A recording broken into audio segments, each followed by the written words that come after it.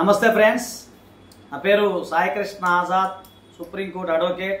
అలాగే ఇంటర్నేషనల్ సంబంధించిన కేసులు కూడా మనం డీల్ చేస్తూ ఉన్నాము. ముఖ్యంగా ఎన్ఆర్ఐ కేసుల్లో గత 20 ఇయర్స్ నుంచి అనేక కేసులు మనం ఫైల్ చేయడం జరిగింది. సో చాలామంది ఎన్ఆర్ఐ మిత్రులు మనకి కాంటాక్ట్ అవుతున్నారు.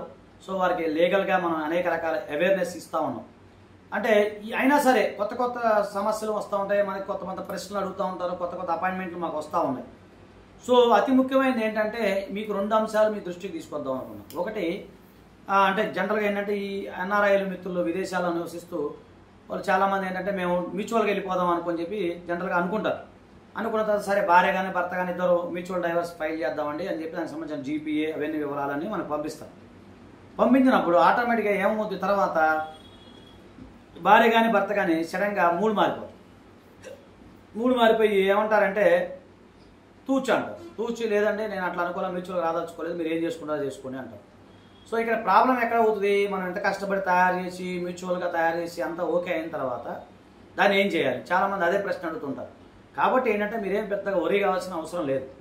ఎప్పుడైనా సరే మ్యూచువల్ డైవర్స్ అయిన తర్వాత వాళ్ళు తూచి అని చెప్పి అన్న తర్వాత ఆటోమేటిక్గా మనం దాన్ని విత్డ్రా చేసుకోవచ్చు.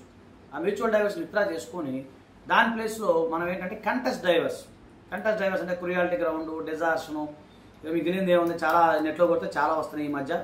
సో అది దాని కింద మనం ఫైల్ చేస్తాం. ఇది ఎక్స్పీరియన్స్ చెప్తున్నాను, ఇది నెట్లో ఎక్కడ దొరకదు. ఎక్స్పీరియన్స్ నేను మీతో షేర్ చేస్తున్నాను. సబ్జెక్ట్ కాదు, ఎక్స్పీరియన్స్ గుర్తుపెట్టి. సో ఆటోమేటిక్గా దాన్ని మనం మ్యూచువల్ని కంటెస్ట్ డైవర్స్గా మార్చినప్పుడు వాళ్ళకి సమాన్స్ వెళ్తాయి, తర్వాత వాళ్ళు వస్తారు. సో అలా జరిగితే అవకాశాలు ఉంటాయి. అప్పుడు మళ్ళీ కాబట్టి దీన్ని కంటెస్ట్ డైవర్స్ని మళ్ళీ మ్యూచువల్ డైవర్స్గా మార్చుకోవచ్చు.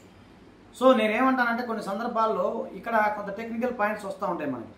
అవేంటంటే జీపీఏని వ్యాలిడేషన్ చేయించడం దగ్గర నుంచి, అలాగే ఫైల్ చేయడం దగ్గర నుంచి, కొన్ని సందర్భాల్లో చిన్న అక్కడ నోటరీ లేకపోవడం.